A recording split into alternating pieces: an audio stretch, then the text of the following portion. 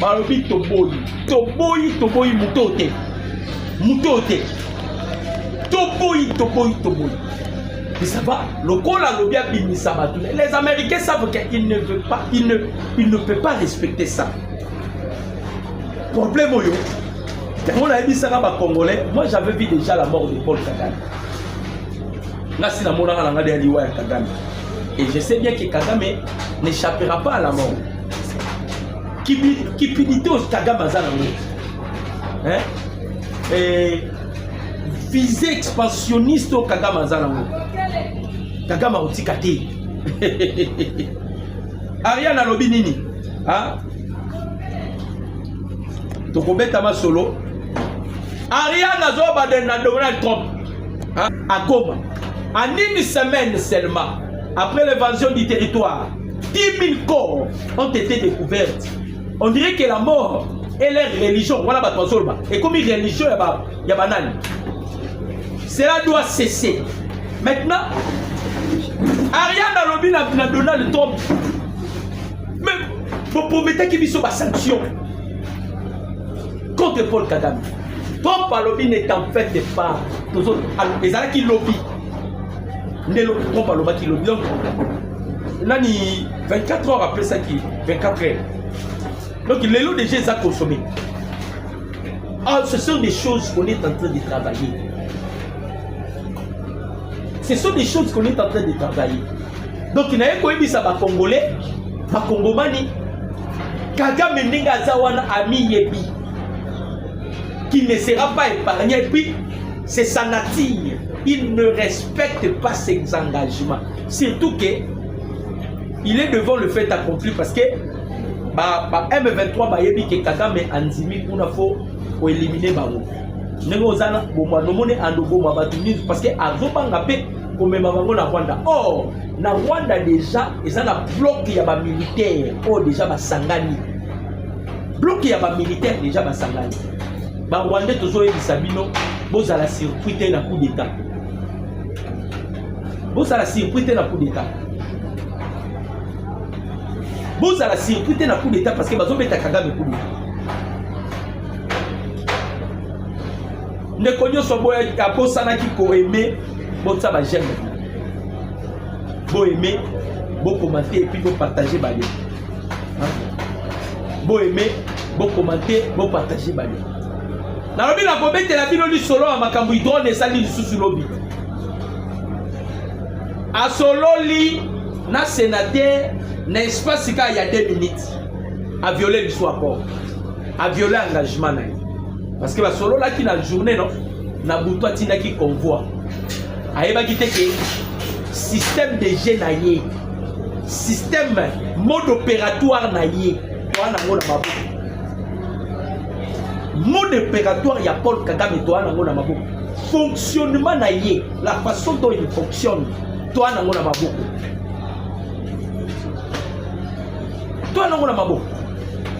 C'est-à-dire que tu as Kagame en pas de tortue mais avec assurance.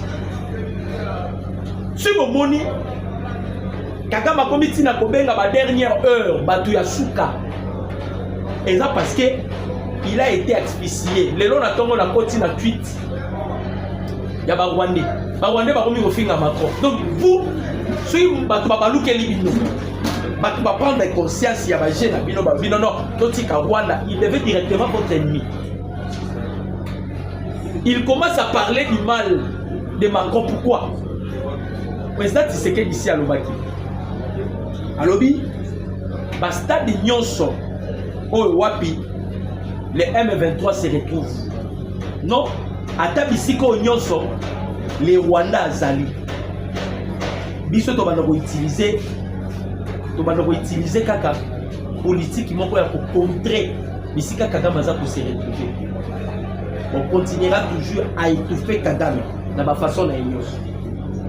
La bobo moni toquer la pression, toquer la pression, toquer la pression, toquer la pression à la fin des comptes.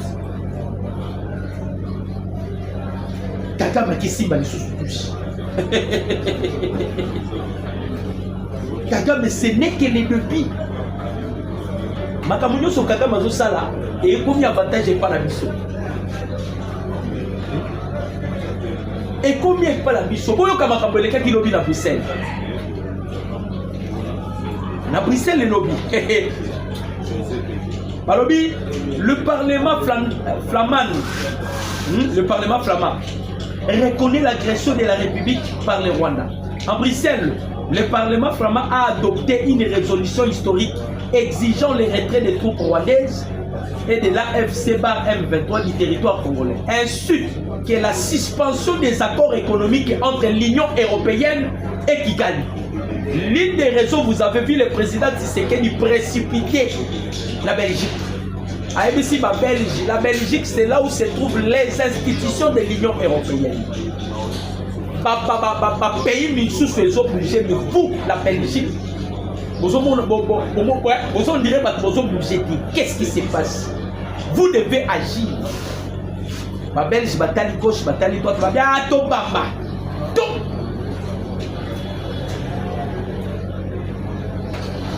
Balobi, baquet plus loin. Va s'imposer, Balobi, il faut la suspension des accords économiques entre l'Union européenne et Kigali.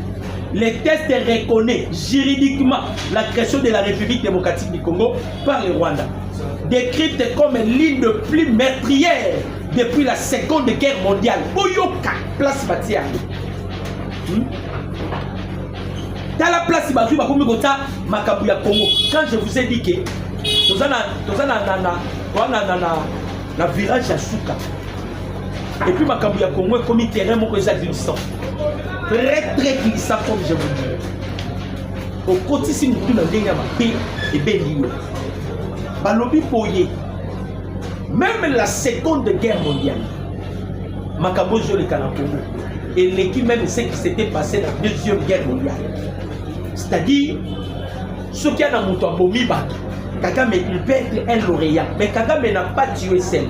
Kagame a tué avec Joseph Kabila.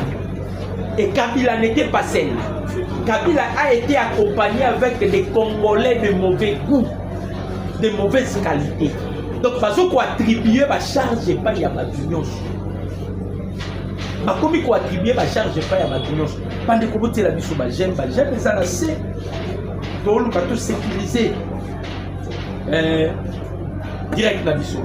Bato nyonso ba kotaki na vidéo pour osalaki ko aimer. En tout cas, je vous exhorte avec tout le respect que je vous dois, aimer notre vidéo, commenter et partager le lien. Aimez d'abord votre vidéo, notre vidéo, commentez et partagez. Aimez tout le monde à la like. La situation tendue. Des chemins difficiles de battre Paul Kagame. Il s'est piégé lui-même. Pourquoi? L'Amérique va t'aller Kagame va vite comprendre ce que Kagame est bien. Assiplier. À la fin de Belgique écoute donc à crucifier.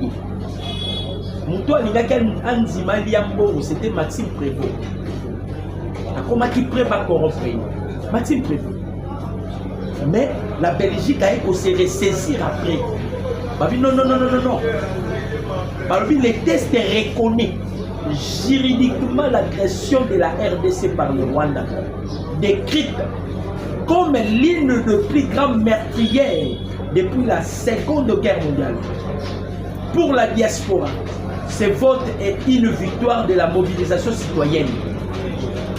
Nous avons commis au Kaka stade Wana, na stade Wana, Bandeko. Mais Kagame, il sera épargné quand?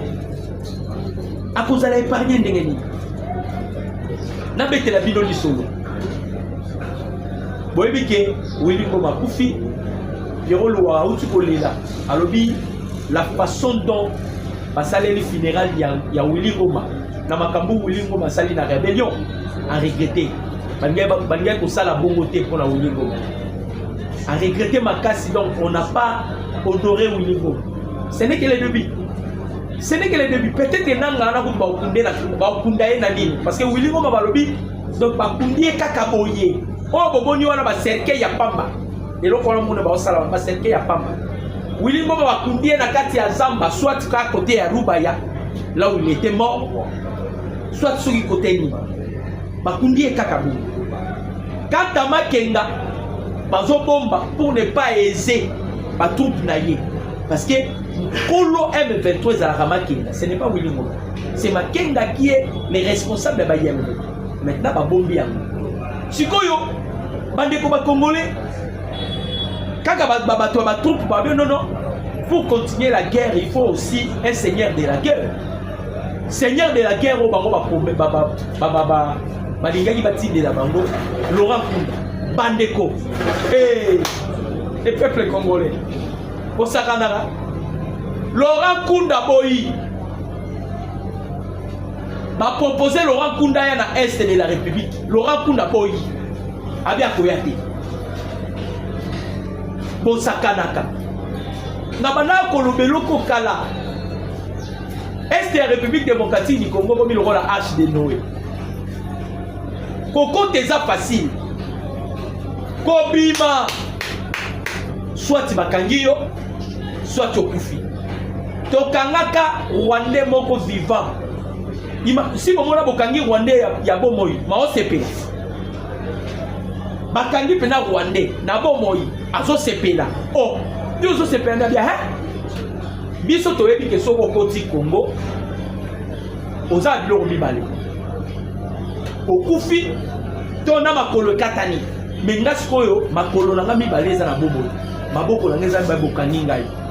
Je peux espérer dans les jours à venir. Bokoyi ko libérer. Donc je suis dans la joie.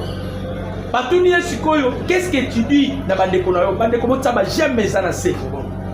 S'il vous plaît, pardon, bande konanga. Oh, nyo sabo sali ko tsaje, c'est la biso j'aime. Alors binazo ko exhorter bande konanga batikali kuna. Bande konanga batikali kuna. Boyan na bino ate parce que soko konti ko bimeza passe. Soko konti ko bimeza passe. Boyan na yote. Bakangi mo biso kunda ba yebisi elobi kunda aboyi. Kunda bato aboyi. Kunda Batouan. Mais nous le Congo est miel. Surtout est de la République démocratique du Congo. Et ça la miel. Kunda boy koya na M na est aboya abia koyate. Boy pourquoi so bang? Bakunda baza ba seigneur de la guerre. Baza ba zoba, eza ba M23 mosusu. Kunda ayebi déjà que Kagame a la difficulté. Banteni na zalaki nango na armée ya République démocratique du Congo a nango lisusu. C'est-à-dire qu'il y a la République démocratique du Congo, tu es venu s'exposer devant la mort. Pourquoi? On a vu un drone qui m'a tâté. On a vu un drone qui a visité. On a vu un bakibou qui a apparaître. Et là, on a vu qu'on a dit ça est et Yamouan. Ndenge bazaki na batumba biamunda, bakisa chiwewe, wana bazaki na mwa espoir. Pour la nini? Biamunda, tangu chaîne ya commandement parce que Biamunda bandaki kokota na taxe force sécuritaire. Boye bakayango. Tumba Biamunda bandaki kokota na taxe force sécuritaire. Alors, ce qui résolution est bimi. Biamunda bandaki kozwa information atindi balama pona Kigali. Wana ya liboso. Yami bale tumba Biamunda. Ce qui drone mati et bête place à ba ennemi. Biamunda va donner l'ordre. Ennemi à Zawana te ennemi à de l'autre côté. Drone qui ko beta ko bomba civil. Et puis on met ici comme ça. Comment il va bien dans ça? Ce qu'on va kunda kwa toi étant des grands seigneurs de guerre. Atalina nous Wilingo Bakoy. Makenga Akoy. Ba ebisi abi. Ça va? Yo siko yo commandement ya rébellion. Abi na okendete. Na okendete. Okendete pas là. On n'a plus contrôle de l'armée. Il y a un FARDC. On n'a plus contrôle de la drone. D'ailleurs, pour votre information, Makambu ya drone, ils ont sous FARDC. Makambu ya drone et tikani na maboko ya Eric Prince. Et si ko komoni pilipili na mungweza. Kuna c'est Eric Prince azova na salle na Uvira, avani pena na salle. Soka drone matinga. Eric Prince a remonté à des films. Souvenez-vous de l'opération Amadou. N'est-ce que Donald Trump a bandé la télévision. N'est-ce que Eric Prince a bandé la télévision. Il y a drone sur les mati. une fois que bateau nango basali bateau nango ba système moko boye ils ont détecté automatiquement là où se trouvent des rebelles. Ils ont détecté automatiquement ici comme un rebelle baza. Oh, ce qui déjà drone comme ils ont détecté ici comme un rebelle baza, c'est-à-dire la vie à un rebelle est comme entre la vie et la mort. Kunda aboyi alobi na kokota te. Ce qui kunda aboyi. Pensez-vous que maintenant va rebunda lisusu, surtout que Kagame qui koloba ba rambu lisusu. Abo sali ba rambu lisusu. Pour vous comprendre que bazala la contrôle ya drone de terre. Pour vous comprendre que bazala la contrôle ya drone, c'est boyo kabino mo.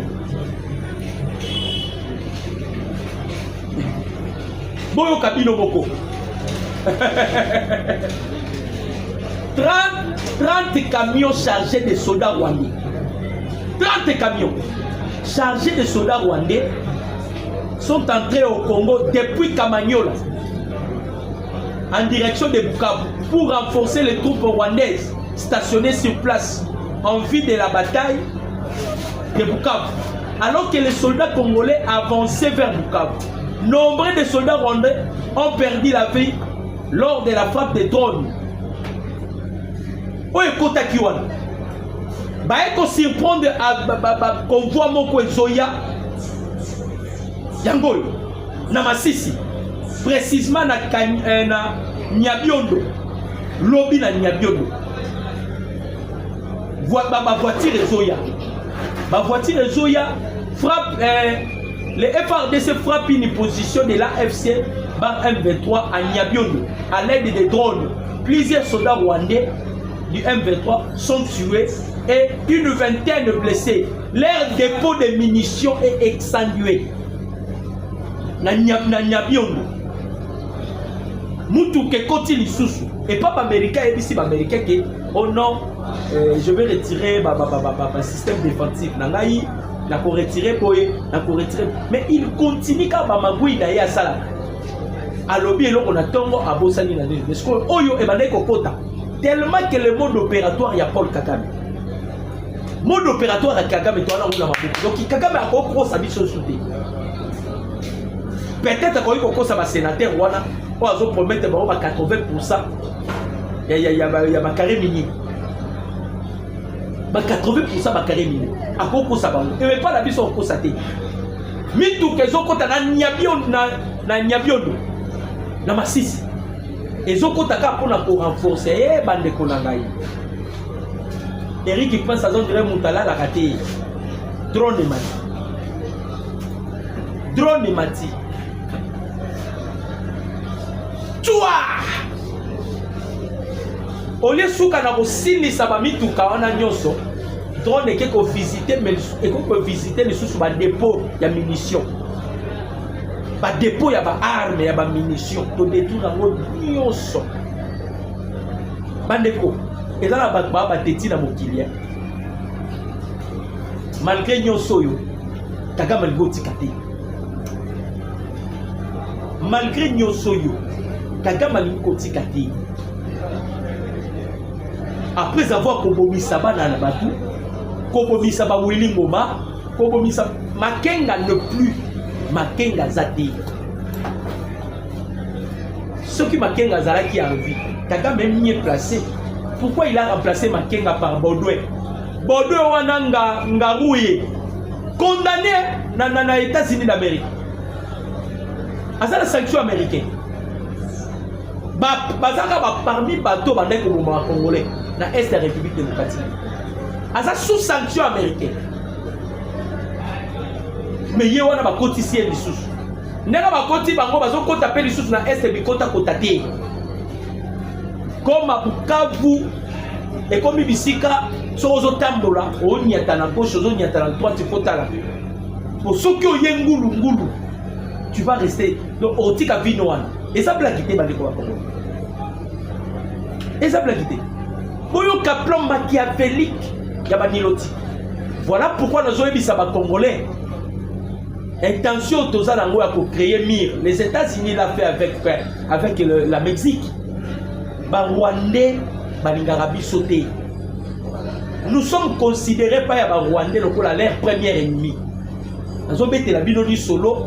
Pourquoi les Rwandais ils voyagent avec l'identité congolaise sous prétexte qu'ils sont des Congolais. En réalité, selon leur plan machiavélique, l'identité à Congolais la photo. Ce sont eux-là qui vont revenir vers nous ici pour imposer leur culture et pas pour diriger nos enfants. Et le plan machiavélique, Dieu merci, c'est le président Tshisekedi qui a arrêté l'hémorragie là. Puis nous avons plan ya Rwandais. Pour le plan ya Rwandais. Bon aimer mission, bon commenter, bon partager ba lien. Bon tirer la biso ba j'aime. On a besoin ba j'aime les alancés. To contraint ba dongolomis. Pour le plan. Non, ba Rwandais ba bandi. Mais ba komi na suka. Ndenge tolobaka chaque chose a son temps, ba komi na suka. Kagame a komi ko forcer. Oh, Kagame a komi ko ça les a forcés, mais forcing et si bagataire. Et ana biloko musu esenga ke sala ma automatique. Oh, komi a ko forcer wana, c'est que ezana délai, et ana sike ko suka. Et comme ça l'éternel était. Il commence à forcer. Boyo kabino moko bande ko ba congolais. Ils a passé. Toi na bangoli sur le colalis, on continue toujours. Aux États-Unis a décidé déjà. Madame Naïbi ça bino pour la Donald Trump yango. Alobi ay lobby. Yango. Lobby. Il parle en anglais, mais n'a autant que la bino boyo kabino moko.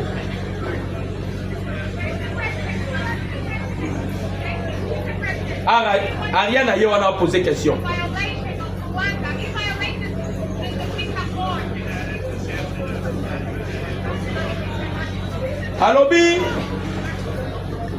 Allobi, Monsieur le Président,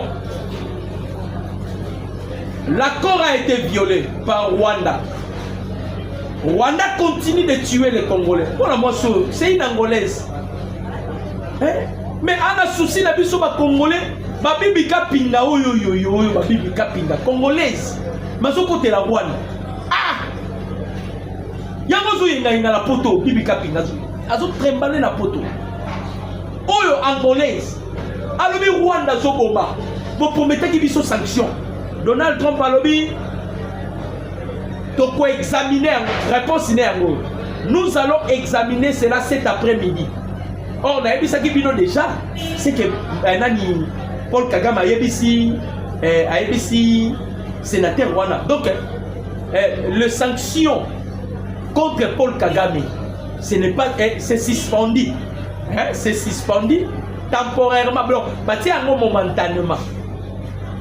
Bazo zela sikoyo makambo Kagame a lobby. Oya supplia que le sénateur, s'il va le respecter ou pas. Donc, dans les cas contraires, oh, Kagame a mais moi j'aime ça pour ces années. Nous allons continuer à endurcir le thème de Kagame pour Kagame souka mabe. Nous allons continuer à endurcir le thème na ye. Ba camion on a outi ko ebisa bino yango.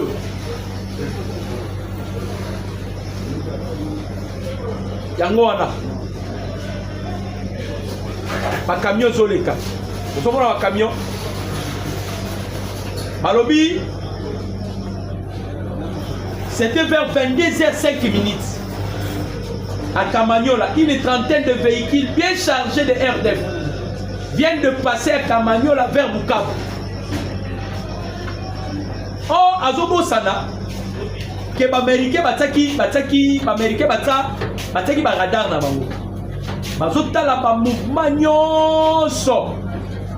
Oh, ezo salema na et pas ya Paul Kagame. Ba mouvement nyoso Kagame zo sala, les Américains observent.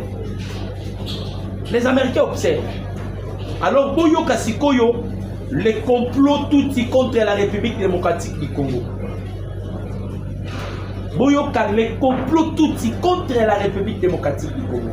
Objectif na ba.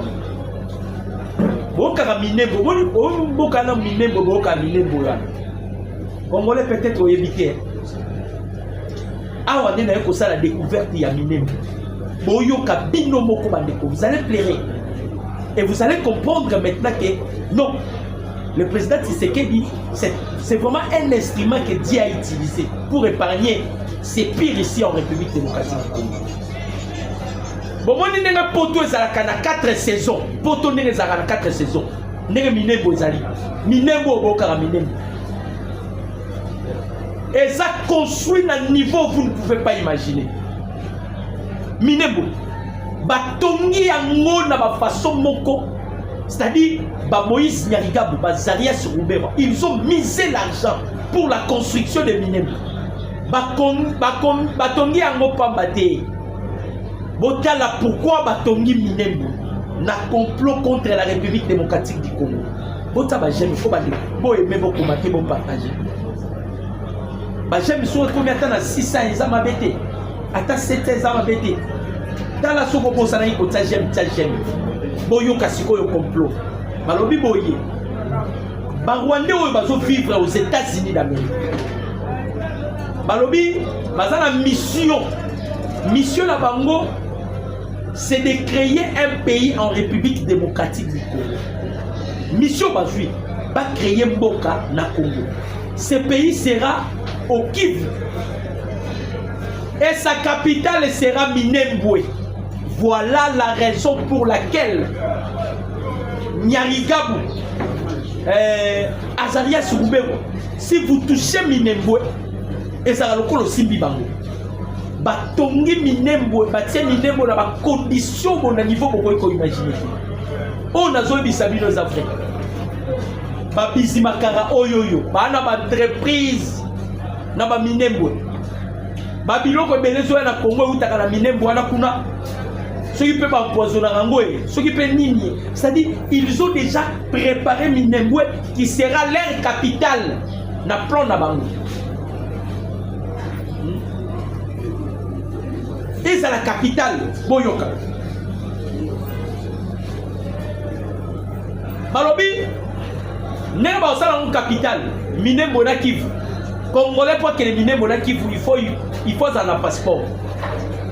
Bon, mon ami pour le kaki, même Moïse Katumbi, a combattu la poule, il y a un passeport. Et ça lié à la bibliothèque. Donc ils avaient déjà préparé terrain, mais on a déjà préparé ma cabebele. Balobi, objectif na bango. Ah, on a enlevé la filiro, na ba bembe, boyoka.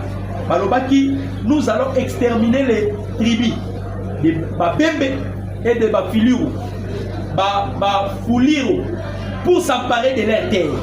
Nous allons vous diriger, vous les Congolais. Nous sommes venus ici aux États-Unis pour étudier et pour vous diriger. Nous enseignerons à vos enfants ici aux États-Unis que notre premier ennemi s'appelle les Congolais. Bozo kapla na bango. Babanda kopongisa makambo yo kala. Yango momoni Paul Kagame Babylon mususu azosala wana. Aopenda temps. Aoluka penda temps. Mais na système na ye, tala siko eloko basali Kagame. Kagame azo préparer ko penda temps. Mais bakoti déjà en contact na ba officier na ye. On a zo bisabino za makamba solo. Tokoyi ko lamuka un de ces 4 matins boye, to betili solo mususu na Rwanda. To betili solo mususu na Rwanda. Parce que il y a déjà des officiers qui sont déjà contactés par les Américains. Il y a des officiers mususu déjà baoutou. On peut pas lukake, non, pour remarquer que Kagame a sacrifié mini baoutou. A sacrifié ba on va façon même na bitumba ya este a récupérer mini baoutou. Ba tout type na épargner bango. Alors ba comme comprendre que non muto yo on a besoin pour exterminer ici. Donc on a déjà en contact. Yé Kagame malgré saigner pardon. Malgré saigner pardon. Mais ils ont préparé les déjà pour. D'ailleurs déjà Donald Trump a dit qu'ils ont examiné Marco Rubio n'a dit face Baboyaki. Mais tellement ça peut procéder mon cause juridique. Ils ont la peut procéder mon cause. Oh il y a mis aux États-Unis d'Amérique. On ne pouvait pas koluka kokontre bango parce que bimaka ke Trump azosala makambo azoyoka bato te boyeboyeboye nde elekaki biloko wana bango malgré bazokende système de jeu na bango mais président Tshisekedi aokontinue kaka kokenda bango kaka malebe kokenda bango kaka malebe kokenda bango kaka malebe c'est-à-dire sur la gueule Paul Kagame aokoka lisusu te nabeteli bino makambo kunda ti kunda boyi koya na Congo aobanga baoboma ye soki na ye na Congo bozo garantir ngai nga protection na ngai soki na ye na Congo bozo garantir nga protection na ngai bo protéger nga ndenge nini tozali sous na contrôle ya armée te bato badai kosunga biso toyeba évolution ya armée ya République démocratique du Congo bato wana nyonso bakangi bango bomonaka Olive Lembe bomonaka John Numbi batelemaki pour pousser les Katangais dans un mouvement insurrectionnel, pour pousser les officiers dans un mouvement insurrectionnel. Babaki, un civil comme Tshisekedi a combien de niveau à généraux à 4 étoiles. Tout cela, c'est grâce à Data Center. Bandeko, service de renseignement le plus influent au monde. Vous voyez bien que ça, juif, Moussad. Hein? Moussad. Maintenant, les juifs là, il y a Moussad. Ils vont collaborer avec Bango Ao. Les juifs vont aller na CNC, Conseil national des cybercriminels et criminalité ou de cyberdéfense. Bakei na CNS, Conseil national de sécurité. Il y a un moment où les Français vont décoller là. Avant que avant que Macron a décidé qu'on poignarde maintenant Paul Kagame dans les dos. Parce que Macron a décidé maintenant de ne plus continuer derrière Kagame. Entre nation et nation, il n'y a que des intérêts qui priment. Connaissance des alakatés. Les alakats ont intérêt. Donc, et l'autre monarchie, pendant qu'il y a une sanction, Kagame a mis le problème parce que ami continue les locaux yo, oh yemo a kobimate. Hein? Ami continue les locaux, même les Américains savent bien que Mouton Marambalobi, il ne respectera même pas. Bah évidemment. Bon, le cas to keneti na suka parce que Graham Lindsey Graham, c'est le nom de ce sénateur qui a plaidé pour la Kagame. Il dit que Kagame, mode opératoire na yo, dans la façon dont Donald Trump voit des choses, ils sont cohérents. Donc vous pouvez cohabiter ensemble, parce que yo zomo na ndenge mususu, Trump azomo na ndenge mususu. Trump n'a plus besoin de la corruption. Trump n'a plus besoin de makamuna yo. Trump, c'est les États-Unis. Et les États-Unis viennent d'être sauvés. Les sénateurs Tshisekedi vient de sauver les États-Unis d'Amérique. De sauver par rapport à Yannick. Le plus grand ennemi américain, les États-Unis n'a pas peur de la Russie. Pour votre information, les États-Unis n'ont pas peur de la Russie. Les États-Unis ont peur de la Chine. Pas sur le plan technologique. Parce que les Chinois, les lobby, les Américains étaient sur le plan technologique. Même la Russie. Tout le monde sait ce qui s'était passé dans Maduro. Maduro a été doté d'un système russe le plus élevé. Mais les Américains ont brouillé les systèmes russes. Ont détruit les systèmes russes. Bakiti bazui Maduro. Amérique a la Chine c'est l'économie. Pour votre information, l'économie, je vais vous expliquer. Américain de basala iPhone américain basala pour soutenir les informations. Ba téléphone au moment où tout ça les labo. Et ça ba téléphone ba mindele basala on a objectif ya pour contrôler le monde. Lorsque les Américains ont créé Facebook, les Américains ont créé Facebook. Mark Zuckerberg va créer Facebook, les Chinois vont créer TikTok. TikTok est arabe chinois. Les Américains sont allés même comme on a les Chinois. Oui, pourquoi pas les Chinois? Les Chinois battent que la TikTok. Les Américains ont la expertise aux États-Unis. TikTok est plus utilisé que Nini Facebook. Et puis, ils ont utilisé TikTok aux États-Unis. La plupart, ils ont bana. Ils sont des gens qui ont bana au Congo. Dans les pays où ils ont développé, bana bazar lokola avenir et à lobby. Ba préparer bana sur le plan mental, ba préparer bana na makambo nyonso. Ba préparer bana. Alors c'est l'homme américain. Donc ba moni que TikTok ils ont beaucoup plus utilisé aux États-Unis. Ba Chinois ba jubiso. Parce que les Américains va créer Facebook. Objectif aussi c'est pour soutirer des informations. Les Chinois aussi ont créé TikTok. C'est pour soutirer toujours des informations. Parce que ça il a TikTok na Facebook ba éviter utilité la monnaie. Ba ça là yango pour contrôler moki. Que les Américains sont allés voir ma Chinois. Ba bisi ba Chinois que moyen za te bote que la biso TikTok. Ba Chinois ba boy ba Américain ba décider ki ba kanga TikTok. Mais ba okanga ngo ndenge nini aux États-Unis déjà ça en pleurs. Donc ba na bitumba ba Chinois Américains ba kenda ki peuple ba Chinois. Côté ka kosenga ba ba terre. La Chine avait aboyaki pour la ligne. Parce que Donald Trump a matissé qui taxe comme qui n'a 148% entre la Chine. Donc, dans la guerre froide. Voilà pourquoi les Américains, lorsque le président Tshisekedi a aidé les Américains à Kokota, dans la ligne, à Kota dans la Kambouana. Les moni américains, parce qu'on va monter terrain on a Paul Kagame. Alors Paul Kagame est tellement évident que politique est dynamique, il cherche Azoluka, mais il continue de faire des bavures à l'est de la République. Or, dans l'est de la République, ça devient maintenant difficile. Pour la ligne, les M23 ils sont en débandade, ils sont sous STT, que ce soit Goma, que ce soit Bukavu. Et eux ont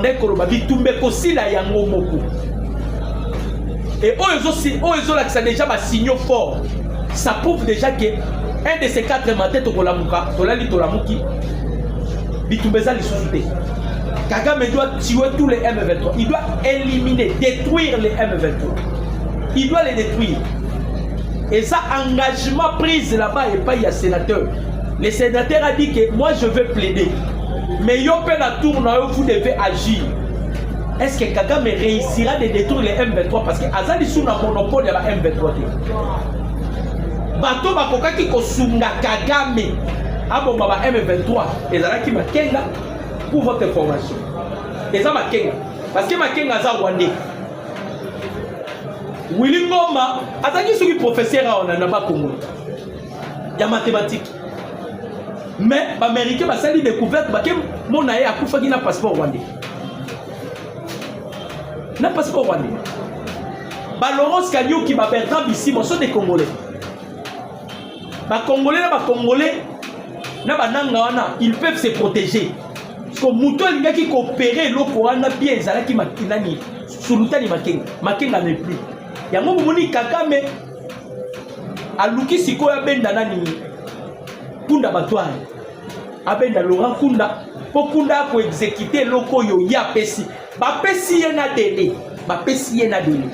Il doit procéder à l'opération ya ebisi américain qu'il va détruire les M23 et il va retirer ma mesure défensive na est de la République démocratique.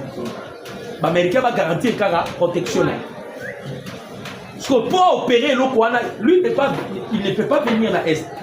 Na minute au peso va bengi déjà nanga Rwanda nanga omona ngo déjà suspect ero ba obenga ngana ke na Rwanda ndenge omona ngo za suspect Bertrand Bisimon na minute au peso bengi akende Rwanda arobanga. Maintenant Kagame il est devant le fait accompli. So yebate qu'est-ce qu'il va faire? Kunda aboyi na ekokota Congo na pesimino raison Kunda boyi kokota Congo. Kunda lobby l'armée congolaise est sous le contrôle de bisoté. N'est pas contrôle de bisoté, bakoki ko surprendre biso na ba façon nyonso. Donc ça devient difficile. Il y a pour contre la muzo baboy na Congo. Il a refusé Bordeaux wana oya ye wana Bordeaux wana ye wana azobanga pe kotambola na Goma azobanga kotambola na Bukavu donc bakomi superficiel azobanga bakomi superficiel yango to bandai koloba force ya bateau ezalaki infiltration au sein de l'armée. Ce qui faisait la force c'était l'infiltration au sein de l'armée. Calcul Kabila zalaki nango pour déstabiliser Bandung. C'était grâce à Emmanuel Shadari. Nananina, oh nani, Emmanuel Shadari na Obemina. Depuis qu'on les a arrêtés. Depuis qu'on les a arrêtés, hein, ils sont sous la détention. Beaucoup de Mobondo, beaucoup de désordre dans Mobondo. Et ça va piste bataki. Quand on déjà bazar paralysé, bazar anéanti. Bloc moko batikali nango na est. Mais na est kuna eza opesi mbombo aboyi parce que les M23 déjà ça kopanzana. Bazalaki premièrement la divergence. Ils avaient déjà la divergence des opinions. Tant ba komaka kaka ma gloire. Et côté là bango déjà ma benakati. Bo kaka ba wilingo avant même l'air sa mort. Il avait revendiqué certaines choses. Donc tout le monde dirait tout le monde ça les labino. Bazalaki la divergence. Siko déjà ndenge to beti bango lisusu bakabwani bien. Maintenant Kagame on arriver aussi ça va M23 ndenge. Non, peut sabino exemple moko. Vous comprenez que ça serait difficile pour Kagame à honorer Malobo à ABC américain. Ça sera très difficile. Non, peut sabino exemple moko kaka mi balete moko. Tout ça na Congo ah. Vous avez créé ba kuluna na Congo. Et là qui Francis Kalombo na Emmanuel Shadari. Ba créé kuluna na Congo. Francis Kalombo na Emmanuel Shadari. Mais ceux qui na zongi na bino na rejoindre. Vous voyez que Kabila comment il a difficulté à concilier sa kuluna te. Si Kabila qui kuluna ici. Si le loto na phénomène kuluna. Le même chose ba bien ba sala na nini na bandu. Dieu merci. L'air blanc machiavélique a été anéanti. Ils pour préparer un rôle.